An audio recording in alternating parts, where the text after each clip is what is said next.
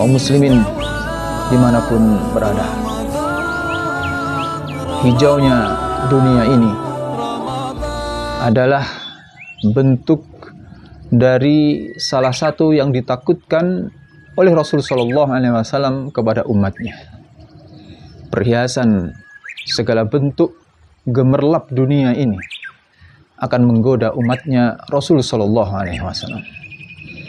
Maka hal ini dijelaskan oleh Al-Alamah Ibnu Qayyim Al-Jauziyah rahimahullahu ta'ala di dalam karya-karya beliau. Beliau menukil sebuah hadis yang sahih dan disepakati oleh para ulama muhaddisin. Nabi Shallallahu Alaihi Wasallam bahkan bersumpah tentang keadaan umatnya terhadap gemerlapnya dunia ini dengan segala isinya. Kata Nabi Shallallahu Alaihi Wasallam, la wallahi, demi Allah Subhanahu wa Ta'ala, beliau bersumpah, ma akhsa alaikum illa ma yukhrijullahu min zahratid dunya.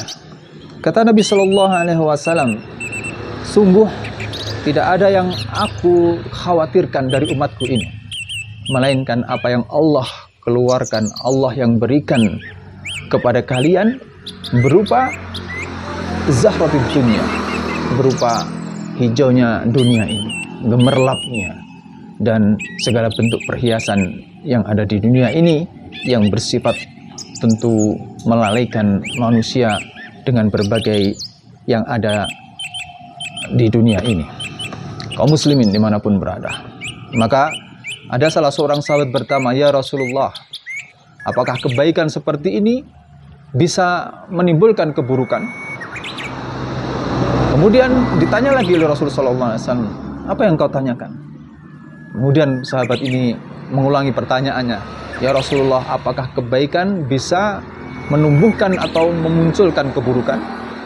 Maka dalam hadis tersebut lanjutannya Rasulullah SAW menjelaskan, innal khaira la ya'ti illa bi khair, bahwasanya kebaikan itu hanya akan menghasilkan kebaikan.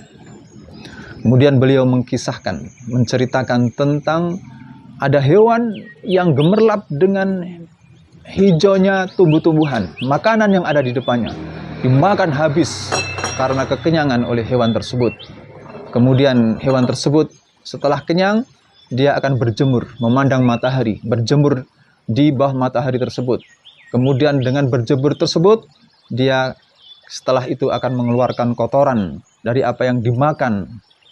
Selahap-lahapnya dengan dunia yang di musim semi, diibaratkan seperti itu.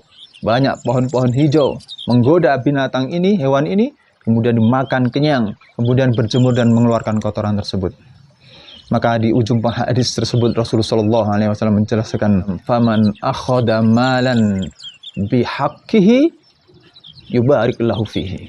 Siapa yang mengambil harta, mengambil kekayaan yang ada di dunia ini, mengambil harta dengan hak, sesuai dengan haknya, kadarnya, kemampuannya, maka dia akan diberkahi di dalam mengambil harta tersebut.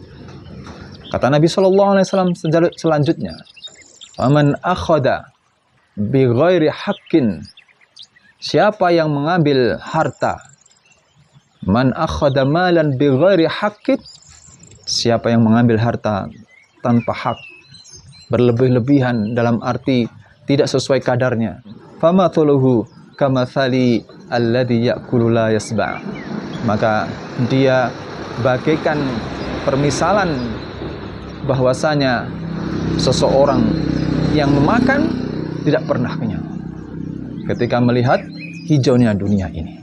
Sebagaimana permisalan bahwa ada hewan yang memakan hijaunya tumbuh-tumbuhan di musim semi, kenyang, kemudian berjemur di matahari, kemudian dikeluarkan berupa kotoran. Itulah sebagaimana ketika seseorang mengambil harta, perhiasan di dunia ini sebanyak-banyaknya, dia akan terus lapar, tetapi tidak dikeluarkan sebagai infak mereka, sedekah mereka, tidak dikeluarkan di jalan Allah Subhanahu wa Ta'ala, maka bagaikan orang yang dia makan tidak pernah kenyang terhadap gemerlap hijaunya dunia ini.